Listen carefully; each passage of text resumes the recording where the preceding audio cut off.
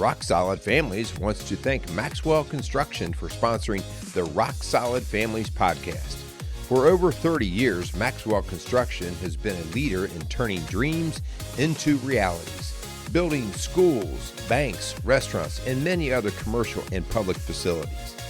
Maxwell Construction has made it their priority to not just build buildings, but to build into their community. So if you have any construction needs, call them at 812-537-2200.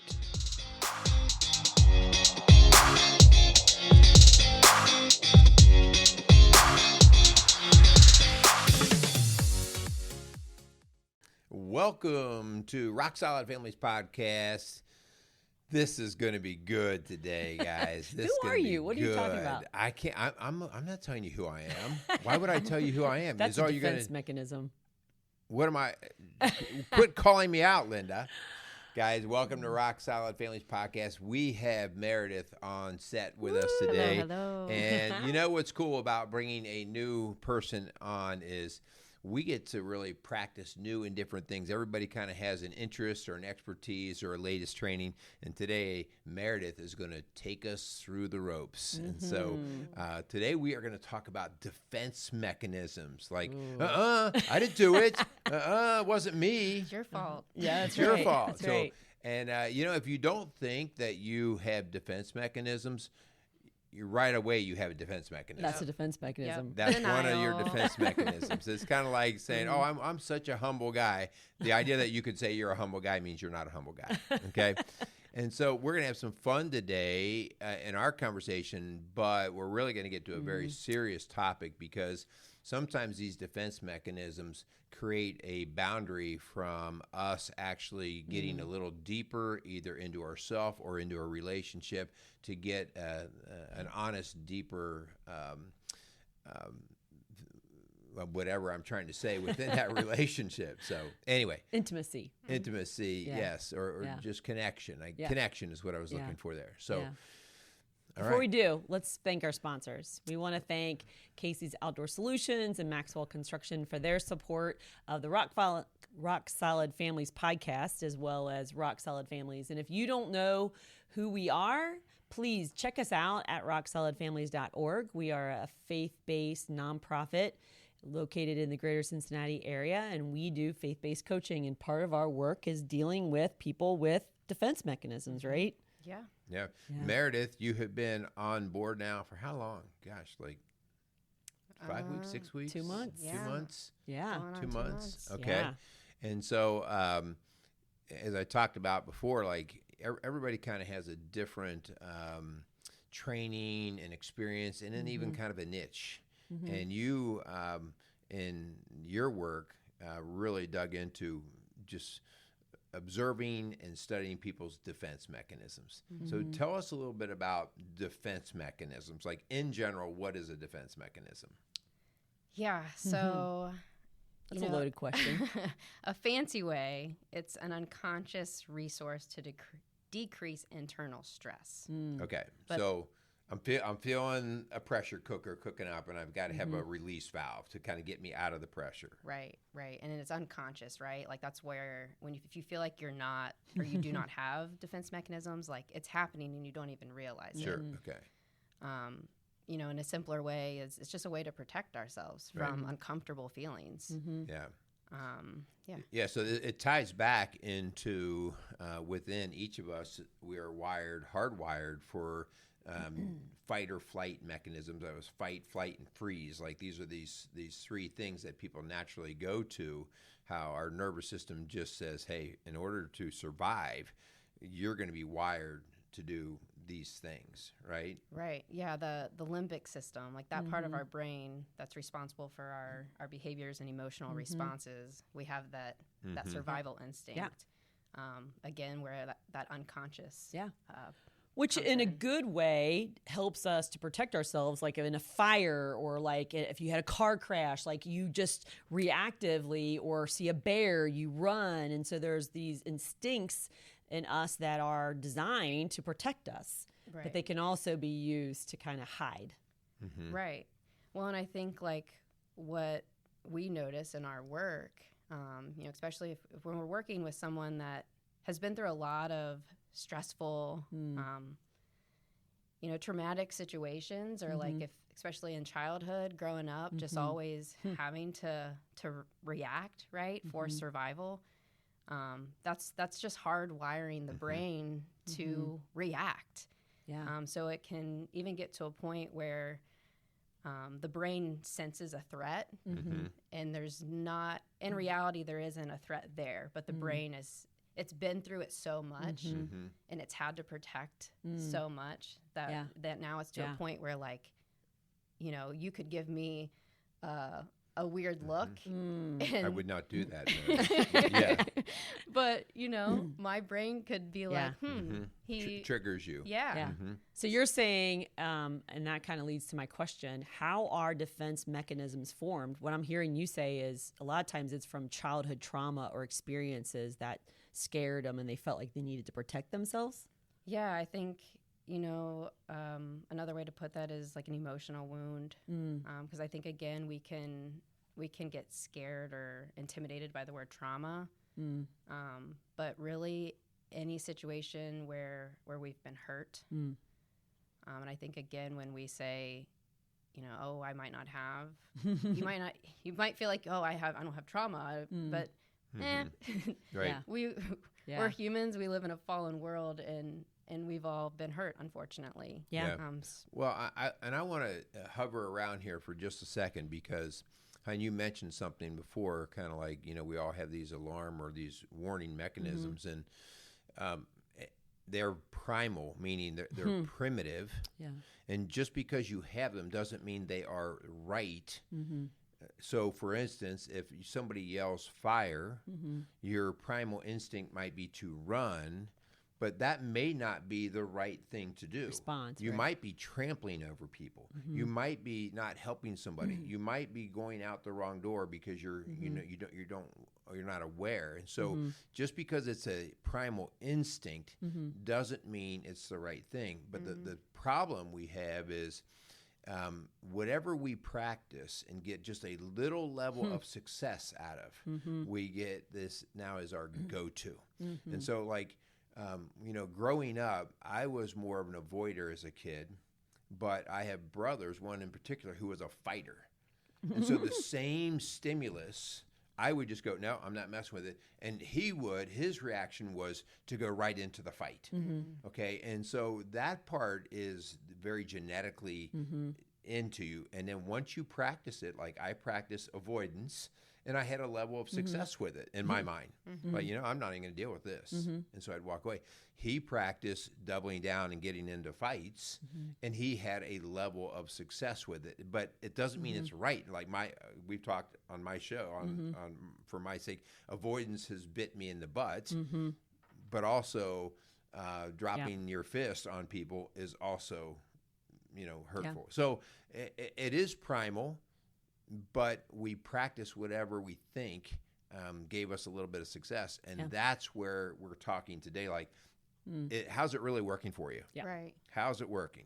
Well, and even, to think, again, like when that's formed out of protection, right? It did serve a purpose. Right. It did protect you from feeling whatever distressing emotion it was. But when that becomes a habit and an unconscious habit, then as you get older, it can cause conflict in your relationships and even just for yourself, getting caught up in just unhealthy cycles. Can you give some examples, Meredith? I mean, you've been working specifically with our teenage girls, young adult women. Can you give some examples of some common defense mechanisms that you've seen that are the go-tos for, like, girls and young women the age you're working with? Yeah, I think, avoidance, that is a big one and one that I can relate to. Join the club. Yeah. The avoider club. When I realized that I'm like the pro procrastinator, like it was in grad school when I was like, man, I am really of an avoider, like that procrastination, something like that. You don't realize kind of what you're doing, but I was avoiding the stress of the homework, whatever it was, right? Yeah. But avoidance is a big one. I think deflection, that's huge, and actually one of my favorites to call out in session. I'm glad I'm not in session with you. I'd be in big trouble. Well, I will say we create that safe space where we have that relationship and I'm able to confront these. But it's so fun, honestly, when we get to the point of them identifying their defense mechanism. There I go again. Yeah. And they don't know they're doing these things. And that's being a barrier within our process, right? Because again, if these are formed out of emotional wounds, they're coming to us because there's some distress, right? They're wanting help. And then within that help is getting to the root of these emotional wounds. And then anytime things get emotional, these defenses come up. Yeah. So like we'll be talking about, an emotionally kind of heavy thing and just deflect real quick. Explain what deflection is for those out there who... So like changing the subject, asking maybe an irrelevant question. How's the weather out there today? Right? Yeah. How about those reds? How about those reds? Yeah. And it's funny when they get me, like I'll fall for it and I'm like, hold up. I'm like, Yeah. I see what you just did there. Yeah. And even in that moment, helping them see like, hey, how are you feeling right now? Because again, if we dig deeper, there's an uncomfortable feeling going on there. Well, you created, well, I don't know that you created it, but you put together a list of some of the common words. And I really would like to go through them because I know you guys really struggle with these things. I mean, projection. What do you mean? What? No, denial. And we don't have to spend like hours and hours on each. But man, when I went through your list, I was like, holy cow. And we are going to attach it to our show notes. Yeah, we're going to put it on have there. it for you as well because, man, it's good stuff. Well, and I think it's because as soon as you hear them, you'll start to go like, ooh, that is me. I resort to that. I do that. It's like you've got them alphabetical, and we'll just let's run through them fast, okay? Like you've got one, acting out, okay? And that is like we might have a child in our house that as soon as you hit him, he's going to act out, okay? And when that we could say be, hit them, we're not saying we hit them. Like, hit him with a comment. Yeah, you hit the nerve, and right away you get that. I had to look up this word again. This is how I'm getting old and senile in my training. Altruism.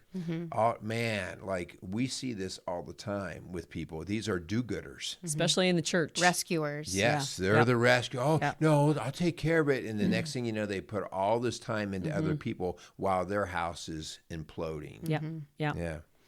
Anticipation. You deal with this a lot with people that are anxious. Like, oh my gosh, but what if the car breaks down on the way? And so it's like and anticipating all of the problems that might have and try to figure it all out before it ever even happens. Right.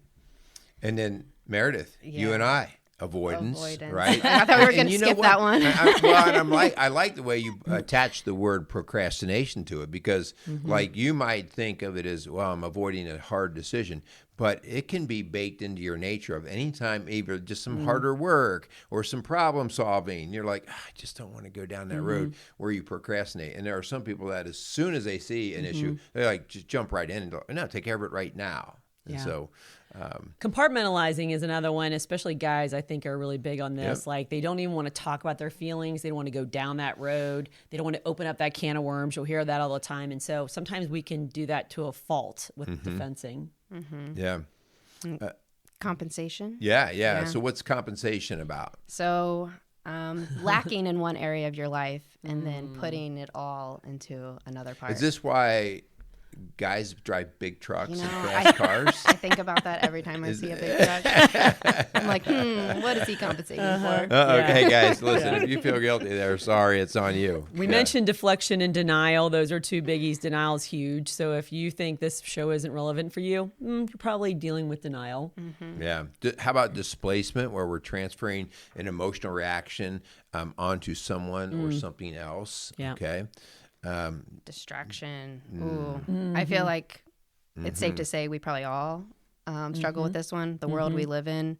How many times do you catch yourself just scrolling on social media. It works really well with procrastination. Yeah, it does. You can I don't want to get to this, and so you occupy. I am so busy, and you really come to realize you're busy procrastinating. Do this next one, Meredith, because you were discussing seeing this in your sessions. Oh, yeah, disassociation. So, kind of go a little deeper. Like when we experience something traumatic, distressing, our brain will disassociate to protect us. To be able to keep on surviving, right? You mean like what Merle's doing over there? What are you doing? What are you guys talking about? Bring it back. Bring it back. Yeah. But it's so interesting in sessions. I've had many clients, like, again, if you're talking about something that may be a little emotional, or ask them a question and they space out. They're like, oh, my brain just went blank. And like we usually end up dig deeper on that, and there's been something in the past where their brain has disassociated to protect, and again, the brain's hardwired, and now we're just spacing out. Yeah. There's people that have blanked on whole years of their lives because of that. Like it's a protection mechanism that your brain is shut down, that most traumatic part. They can't even recall it. But humor is a huge one that I see a lot, where people in a very tense, very difficult situation will bring out a joke in very uncomfortable way that isn't appropriate or timely, but that's their way of defending, right? Well, and we know that there's an entire occupation created out of this, comedians. We find that there are many comedians that when you scratch the surface, they come to find out that they used humor and comedy to help cover some of I just don't want to go there. And so, you've heard the phrase, I had to laugh to keep from crying. And so that's where a lot of us use this humor to help kind of deflect our own fear. Yeah.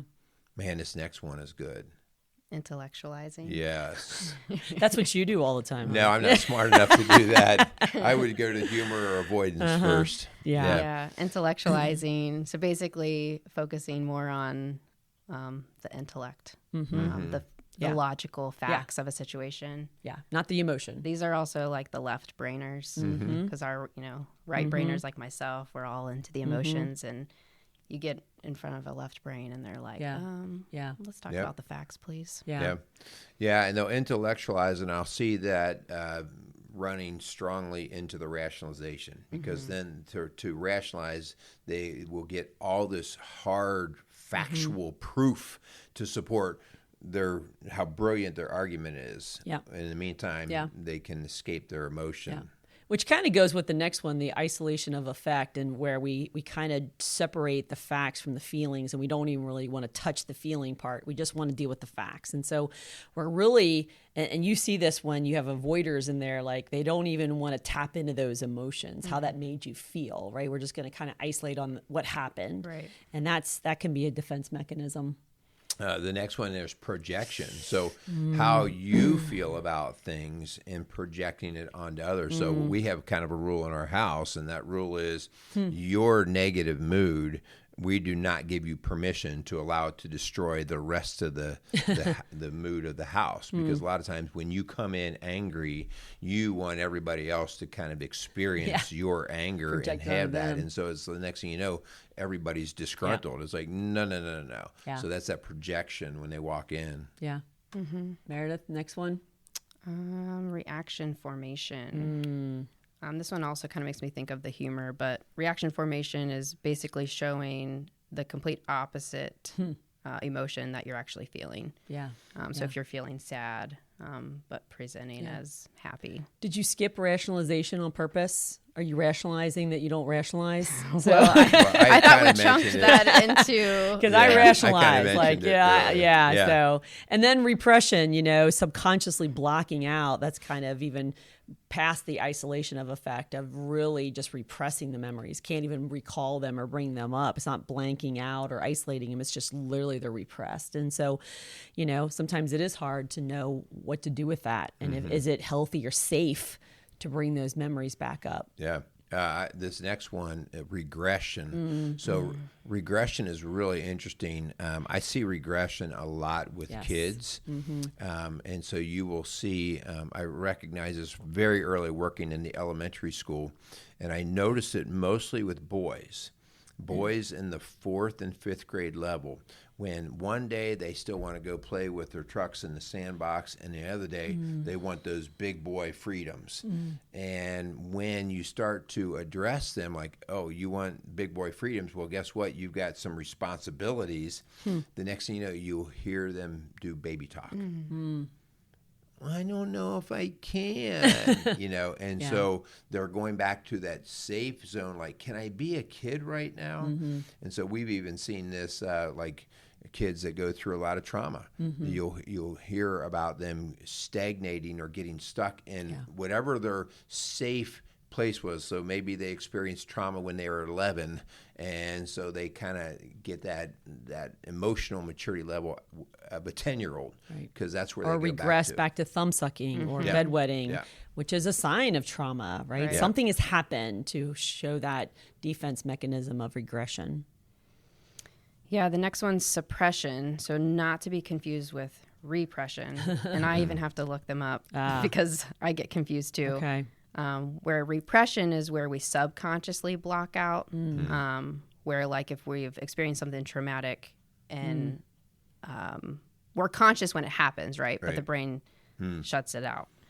Where suppression, we consciously push it down. Gotcha. So like we know it's happening. We're choosing not to deal with this uncomfortable thing. Yeah, you're right. Repression is more of not even being able to recall them. Suppression is I choose to stuff them down, right? And then we got sublimation, channeling emotions or urges into something useful or safe. And so, that could be like, I'm going to deal with my divorce by starting to take up Taekwondo or something, where we're literally going to take that out into some different way. Yeah. And that's not always bad, right? Like, you know what? I'm going to start, I'm going to the gym. So I've got all this angst and hurt, and I'm going to start to rechannel it. Right. So not and bad. We've seen it go to extremes, right? Where then they're taking steroids and, they're bulking up and they're, wanting to kind of prove themselves to kind of, compensate for something else. I think this is also one for our busy bees out there. Just feeling like we got to stay busy. It's hard for them to sit still. So you're making very good use of your time.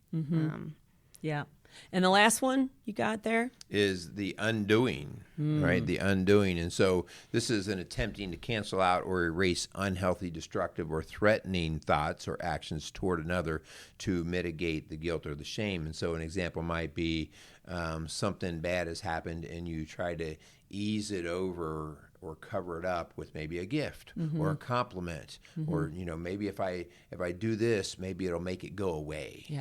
And the reality is we have to sit in that and acknowledge the pain we've caused somebody or the pain it caused us to be able to heal those wounds. So all of these things we just described are defense mechanisms we use to try to heal emotional wounds in really what could be a very unhealthy way if we do it to the extremes that we're talking about here. Yeah. So, all right. So Meredith, that was just a good conversation right there with the whole idea of kind of putting a spotlight on these things and seeing, oh man, I kind of hover around these, but at the end of the day, recognizing the defense mechanism does not necessarily take care of it. So how do we start to go, oh, I see I'm doing that. How do I start to deal with it in a more effective way? Yeah. Right. And I think the biggest thing really starts with awareness, which I think is great that we're doing this and why I'm glad we are. Because again, I have a feeling we'll give this stuff for homework sometimes. Yes, I already have. My clients probably hate me for it. Well, and I think too, like as we said, when you look at all these, you're like, oh my gosh, I do that, and there are going to be some you go to more than others. But I think that's where, even with my clients, I go back to like, hey, like there's no shame in this because there's a reason this started, right? And again, just being wired to protect. But it can get to a point where you're you may be having conflict in your relationships, whether that's, not seeing maybe how you're hurting them, and risking losing your family or something, or even having that wall up so high that you're not letting anybody in, and you're isolating and not giving anybody the chance to hurt you. Yeah. So what you're saying is step one is just the awareness of what those defense mechanisms are, and maybe identifying which ones really you can relate better to and that you more commonly use, right? Right. Then what, after you are aware? Well, then you got to get curious. Ask yourself, and once you read these and you do identify the ones that, tend to come up for you, you'll notice it. Unless you're just a huge denier. Why did you look at me?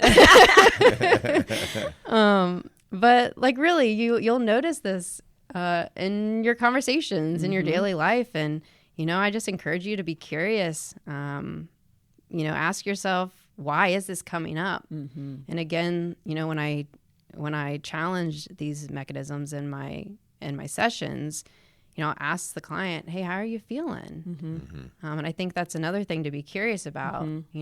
These defense mechanisms are coming up for a reason. How are you feeling? What are you trying to protect yourself from in that moment? Yeah, I think it's important to point out, too, because you said these defense mechanisms, like for a person, and the idea is the frequency of the pattern. It'd be one thing if one time I feel like my back is against the wall and I come out yelling or screaming, or I do something, but that's not my regular, and where I think, especially in relationships and in everyday life, and we get older, we start doubling down on our particular defense mechanisms, and that's where it can start to channel us in a not so good place. This is that pattern. And so recognize, like, as you said, like, defense mechanisms aren't bad in and of themselves. But if we have certain go-tos and we keep repeating them, and it keeps us from getting down to that next level of saying, as you said, that curiousness, man, why do I freak out every time? What am I afraid of is what I want them to ask. Like, what's going to happen to me? And digging in deeper, that's where we're asking people to start to get to. Yeah. You described it when we were talking, and you even made this on your handout, is that it's like bricks in a wall that you're building around your heart, and sometimes around your life. Like you're literally blocking people out by these defense mechanisms. And when we use them all the time in a pattern, or we use a bunch of them, we do keep people out. That connectiveness, the word you couldn't figure out earlier, like we feel isolated, we feel disconnected. Why am I so afraid? What am I worried about? Being curious as to why am I doing that? I think it's really important. Well, when we think of it as a wall too, not only what are we keeping out, but what are we keeping in? What are we scared holding on to? Yeah, it eats us from the inside. Oh yeah, right. That's good. It's good. Okay, so we're gonna be aware. So we kind of listed these defense mechanisms. Be curious and to really ask the question: what am I afraid of? What am I keeping in? What am I keeping out? And then what's next, Meredith? Well, we encourage you to take action, which can be hard in this world that likes to tell you to suck it up and what's happened in the past is the past. Move on, be tough, right? Like I feel like the world really, if you're emotional, you're weak, right? You got to be tough. Can't be vulnerable. But that's not true. These emotional wounds, they've caused pain, and if you don't address it, if you don't allow yourself time to really sit and feel the feelings, deal with the pain. Yeah, I mean, your emotions, like, it's going to control you. Yeah. Yeah.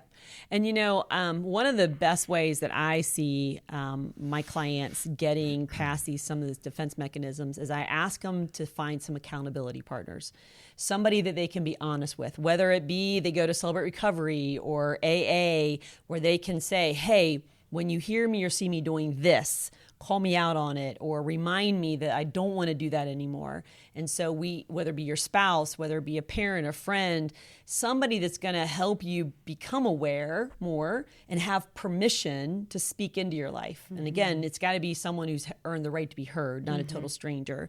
But I have found that really effective because sometimes I'm just so unaware that I don't even realize I'm doing it sometimes. Mm-hmm. Well, when you talk about taking action, to me, we go back to the idea of this is all because of an emotional response. And emotional responses bring out these primal reactions, but they're not necessarily always the best one. And so, let's just say, you said, suck it up and move on, and that's not always effective. But sitting and crying for days on end and getting stuck, that's not effective either. Right, and so it's that idea of, okay, recognize that you're being emotionally triggered, right? And so in other words, an alarm is going off, and I talk about fire alarms and fire drills. But our next step is really problem solving. What is a better way, rather than the fire alarm going off and me running out the door and trampling everybody? Okay, maybe I could say, okay, next time when the fire alarm goes off, I'm going to sit for 10 seconds and I'm going to collect my thoughts. And I'm going to think and get a vision of how I'm going to get out of the building and help people on the way. And so now I've channeled the emotion into an active plan versus just running out the building. Right. Yeah. Well, and that's where we get into responding versus reacting, because if we aren't, we are quick to react, right? That react that's is the primal. Yes, that's the defense mechanism.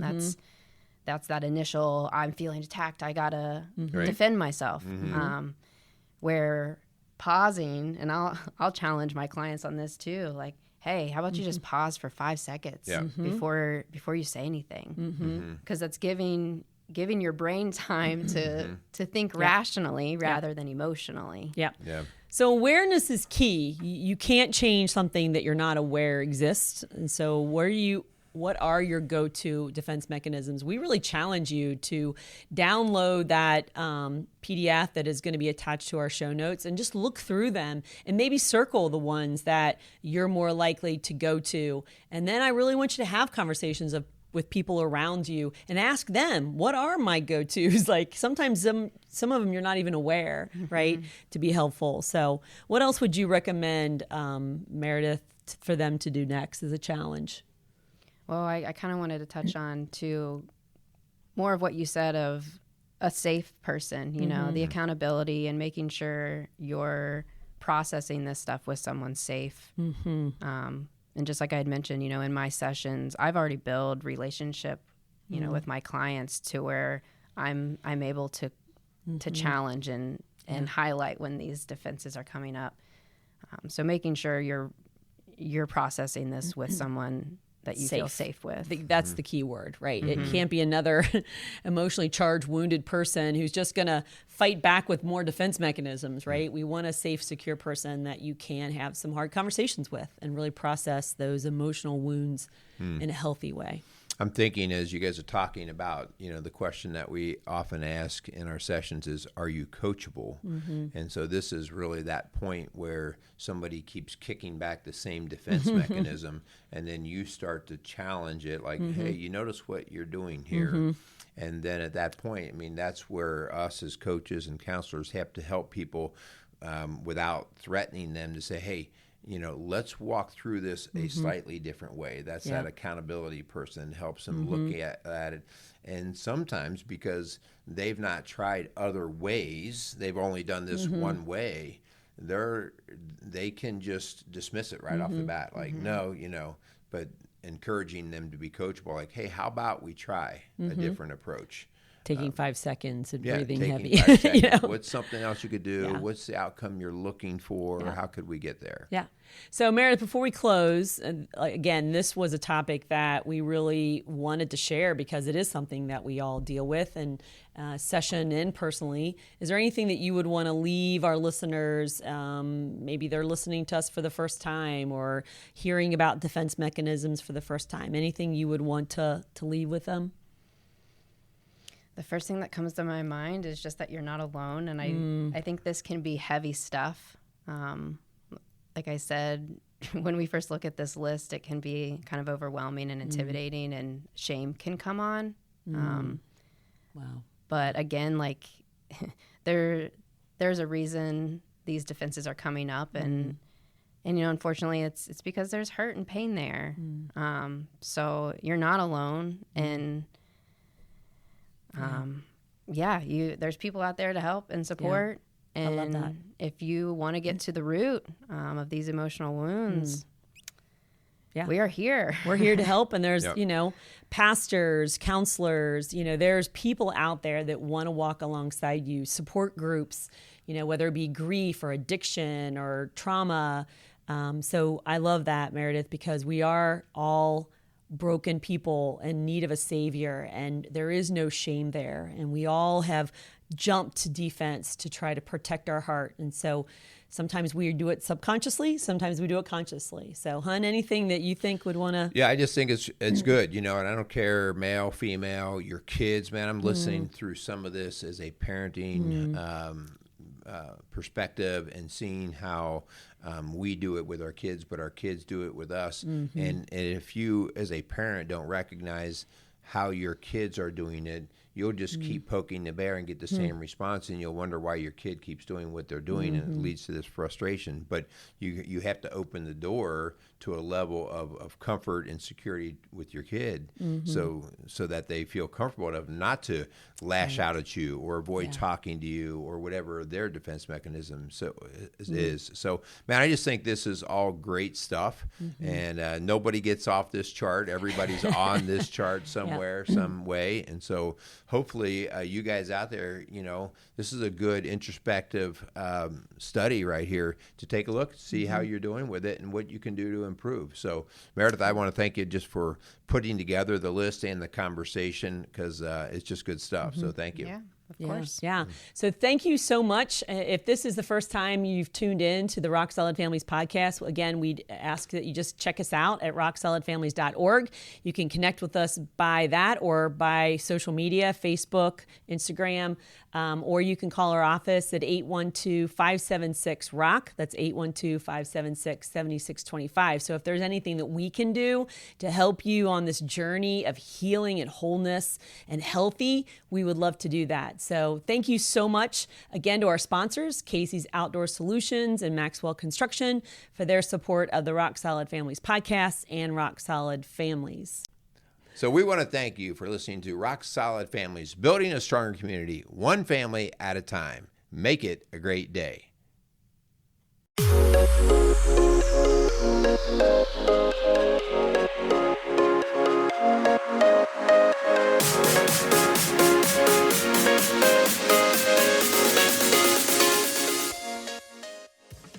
Rock Solid Families wants to thank Casey's Outdoor Solutions for sponsoring the Rock Solid Families podcast.